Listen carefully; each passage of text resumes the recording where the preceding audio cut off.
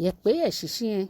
gaman crab monokpe nukpa ha aliake scrap dealers lo meni chuo dade ahini chumo ni amenyi ogbejigbe ahibone sa mlake amebayi jugbande nche ha aliake mehuni wo jaraye Agbogbloshie jaraye amli kejaraye koko me amli huni amesumo ni amebote ojaraye amli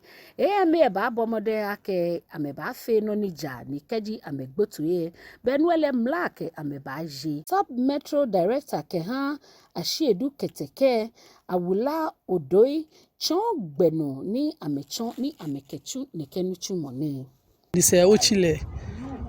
wo fe original minister invite wo niji Accra Metropolitan Assembly ke Ablekuma Central Municipal Assembly ni eke wona shamo fio shamo ni eke wo shanjia ke many amelodo yele na me ke wo tracks mi na me park wa Agbogbloshie fe sani woji ame fe yejeme ni modromo na wode nche wo honorable mayor niji honorable Elizabeth na kwaatsoo tawi sackey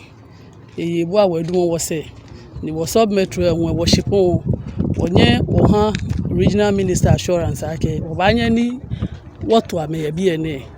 ageshin ke wo kwe ka aji ame sanaka maya achimota terminal we balake be many hiye ne no ni sana ma offload ya Agbogbloshie oba to ame bi wo omoke otowajie o yele ye market keke o move with OMT car kete achimota terminal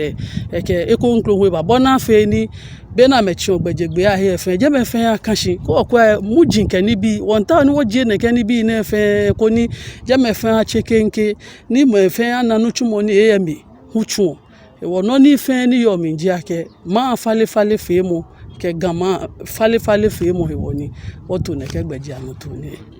kechon gbejiano ni ato ni akeba jie chonjin ye Agbogbloshie gbejigbe ahibona fe nigbe akashijugba onupa ni damo AMA na honorable Elizabeth na kwaatsoo sackey ejie chonjin ni baji oyele ni amemamo gbejigbe ahiye Agbogbloshie kete White Park ye Jamestown koni ameya mamoshi ye jeme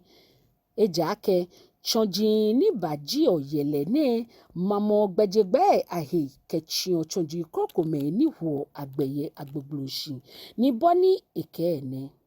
la fichwa ni nchwaji akeshi me ni ho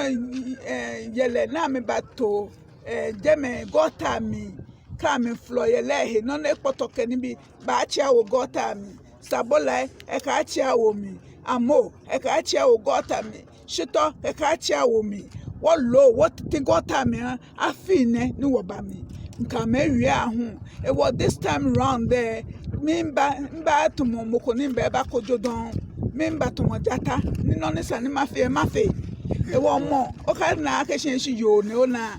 yo ake wi ahun e chose bi e pagba ke ehie ha mi e wo ke wi ahun na ehie ha me agbene ke pan ba fitahe kesa ka ko ita chule kra ba ka e wo me npa me fine ke jegmane ni yu ne amina gbe ni jino one bo modern yele cheme ni ke truck ke ni be ba amishinje bia na mo fe amone ta moto no ne ke park e jem abobo ya amefe ambaba White Park kamen wona metemoko ye state here ni wo mole no le we man weni e wo no ni yu mi papa ke mo fia mo ba fe tu enenu ko ni ke wo ba le wo ka fe tu mo gbe me gbohi won wani Ghana man ahi tani Ghana man afefo e chencho wo ba na wo bu capital boy baba me baba mami sani mami ache e wo nwe nchie Agbogbloshie bi pe chi mo kola bi e ho amesa me he me ne to dila ye gbe no ke stiti no fe amefa amesa me he mimba nka me na wie mo san bia ne wie mo ke chomo be ho kojo mo be she gbepamo jiake gbejiano ni ato ni akejie me ne ye gbejigbe ahie aba bomode ni Agbogbloshie jara gbejigbe ahi afe kenken